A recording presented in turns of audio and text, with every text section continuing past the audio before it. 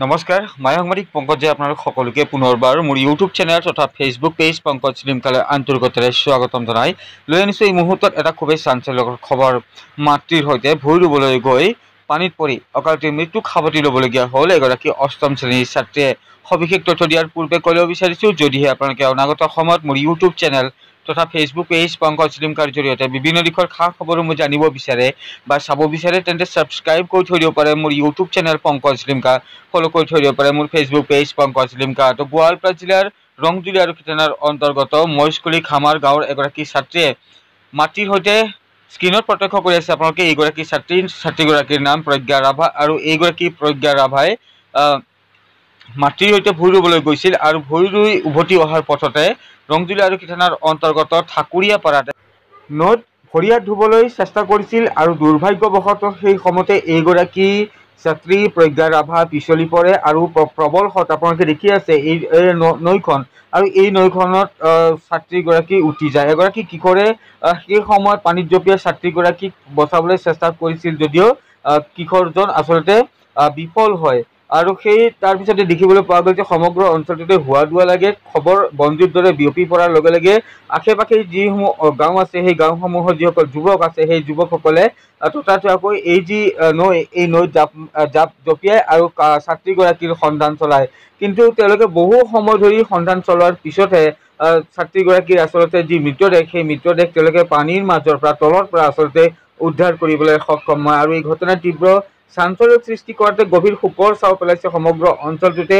ইতিমধ্যে ৰংজুলি আৰক্ষীক খবৰ দিয়া হৈছিল, SDRF বাহিনীকো খবৰ দিয়া হৈছিল, কিন্তু SDRF বাহিনী গৈ পোৱাৰ পূৰ্বে আচলতে যিসকল ৰাইজে ছাত্ৰীগৰাকীক সন্ধানত পানীত জঁপিয়াই পৰিছিল, নৈখনত জঁপিয়াই পৰিছিল, সেই লোকসকলে আচলতে ছাত্ৰীগৰাকীৰ যি মৃতদেহ গভীৰ পানীৰ মাজৰ পৰা উদ্ধাৰ কৰিবলৈ সক্ষম হয়। ছাত্ৰীগৰাকীৰ নাম প্ৰজ্ঞা ৰাভা আৰু যিগৰাকী ছাত্ৰী আচলতে এনেদৰে অকালতে মৃত্যুক সাৱটি ল'বলগীয়া হ'ল। ছাত্ৰীগৰাকী ৰংজুলি আৰু কীৰ্তনাৰ অন্তৰ্গত ছেইণ্ট ফ্ৰান্সিছ অৱ ACC হাইস্কুলৰ অষ্টম শ্ৰেণীৰ ছাত্ৰ আছিল বুলি জানিব পৰা গৈছে। তো এনেদৰে এক শোকাকুল ঘটনা সংঘটিত হ'ল। এগৰাকী ছাত্ৰীয়ে মাতৃৰ সৈতে ভুই ৰুবলৈ গৈ উভতি অহাৰ সময়ত নৈত ভৰি হাত ধুবলৈ যেতিয়া তেওঁ চেষ্টা কৰিছিল সেই সময়তে তেওঁৰ ভৰি পিছলি যায় আৰু দুৰ্ভাগ্যবশতঃ তেওঁ গভীৰ পানীৰ মাজত সোমাই পৰে আৰু এনে প্ৰেক্ষাপটত তেওঁ যি নৈখনৰ যি গভীৰ সোঁত আছিল আচলতে সেই গভীৰ সোঁতে ছাত্ৰীগৰাকীক উটুৱাই লৈ যায় আৰু পানীৰ মাজত সন্ধানহীন হৈ পৰে, গভীৰ পানীৰ মাজত সন্ধানহীন হৈ পৰে ছাত্ৰীগৰাকী।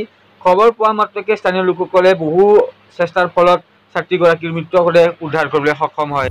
কি হ'ল মানে তেওঁলোকৰ আজি ভুই ৰুব গৈছিল, ৰংগিল পথাৰত ভুই ৰুই আহি লাষ্ট আজি হালো উঠিছে তেওঁলোকৰ, আহি ঘৰ আহি পাং ধৰোঁতে ঠাকুৰীয়াপাৰাত তেওঁলোকে এই নদীত তাৰমানে অলপ চাফা কৰিম বুলি ভাবিছিল চাগে, গা পা ধুই সেনেকৈ যাম বুলি অকস্মাত তেওঁ হেৰি হৈ গ'ল, নিখোজ হৈ গ'ল।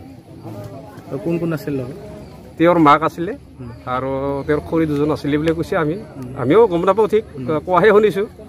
ছোৱালীজনীৰ নাম ঘৰ? ছোৱালীজনীৰ নাম হ'ল প্ৰজ্ঞা, তেওঁ হ'ল মস্কুলি খামাৰ। স্কুলত গৈ আছিল? ৰংজুলি ফাদাৰ মিছনত গৈ আছিল তেওঁ। মানে এতিয়া পাইছে? এতিয়া অলৰেডি ডেড বডিটো ওলোৱা হৈছে। পুলিচ আহিছে? পুলিচ আহিছে, SDRF আহি পোৱা নাই, তাতে ওলাইছে? তাতে ওলাল তাৰমানে SDRF আহি নাপোৱাতে ওলাই গ'ল আৰু ৰাইজৰ সহযোগতে ওলাই দিছে এইখিনি। আৰু কোটি টকীয়া ৰেঞ্জ ৰভাৰ লাগিব নে 55 লাখ টকীয়া মূল্যৰ BMW বাহন নে কেইবা লক্ষাধিক টকীয়া মূল্যৰ ফৰচুনাৰ? মাত্ৰ 200 টকাৰ বিনিময়তে এইসমূহ বিলাসী বাহনৰ লগতে লাভ কৰিব পাৰে আল্ট্ৰাবাছ, JCB, ডাম্পাৰ। লামডিঙৰ ব্ৰিকফিল্ড শীতলাবাৰী পূজা কমিটিৰ উদ্যোগত সাৰ্বজনীন শীতলাবাৰী মন্দিৰৰ উন্নয়নৰ বাবে আয়োজন কৰা হৈছে এই সৰ্ববৃহৎ উপহাৰ কুপনৰ খেলখন, য'ত ৰেঞ্জ ৰভাৰ, BMW, ফৰচুনাৰ আদি বিলাসী বাহনৰ সমান্তৰালকৈ আছে আন লাখ লাখ টকীয়া মূল্যৰ কেইবাখনো বিলাসী বাহন। দুচকীয়া বাহনৰ সমান্তৰালকৈ আছে লাখ টকীয়া মূল্যৰ কেইবাটাও আইফোন। তো এই উপহাৰ কুপনৰ খেলৰ যদি টিকট আপোনালোকে ক্ৰয় কৰিব বিচাৰে তেন্তে স্ক্ৰীণত থকা নাম্বাৰটোত এতিয়াই আপোনালোকে আপোনালোকৰ নাম তথা টিকেটৰ সংখ্যাটো লিখি মোক হোৱাটছএপত মেছেজ দি দিয়ক।